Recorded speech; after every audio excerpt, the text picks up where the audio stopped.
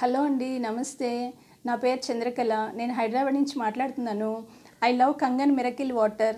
ఎందుకంటే last year జనవరి 2019లో నాకు severe back pain వచ్చింది. సో బెడ్ మీద నుంచి లేచి నిలబడి 2 అడుగులు వేస్తే కూడా నాకు కాలు బాగా సివియర్ పెయిన్ వచ్చింది. కాళ్ళు సివియర్గా తిమ్మిర్లు వచ్చేవి.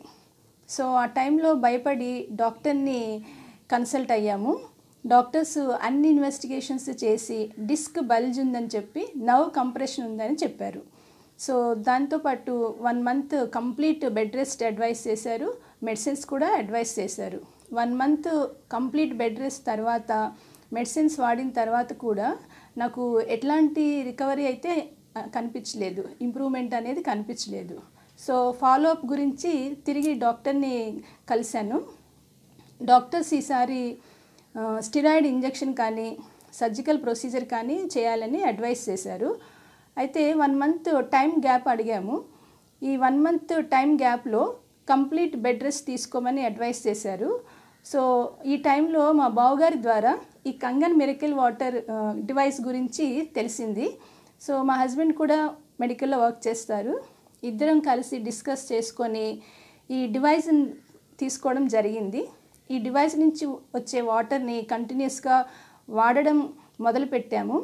వాడిన తర్వాత ఒక 15 డేస్కి నాలో కొంత చేంజెస్ అంటూ తెలిసింది, చేంజెస్ గమనించాను.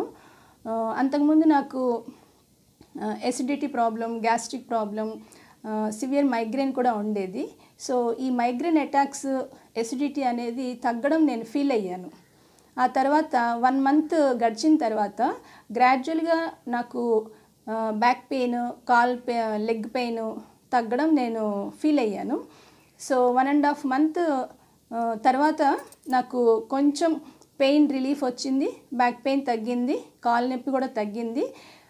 లేచి నా పనులు నేను రొటీన్గా చేసుకోగలిగే పరిస్థితికి వచ్చాను. సో అట్లా 1.5 మంత్ 2 మంత్స్ గడిచిన తర్వాత నేను కంప్లీట్గా నా వర్క్ నేను చేసుకోగలిగే పరిస్థితికి వచ్చాను. సో వాటర్ వాడిన తర్వాత 2 మంత్స్కి నాకు కంప్లీట్గా 90% పెయిన్, తిమ్మిర్లు అన్నీ తగ్గాయి. సో నిజంగా నా లైఫ్లో మిరకిల్ జరిగినట్లేనండి. ఎందుకంటే సర్జరీ అవాయిడ్ చేసి రొటీన్గా లైఫ్ లీడ్ చేయడం అనేది నిజంగా నా లైఫ్లో మిరకిల్ జరిగినట్లే. So I love Kangen miracle water. Change your water, change your life. Thank you so much.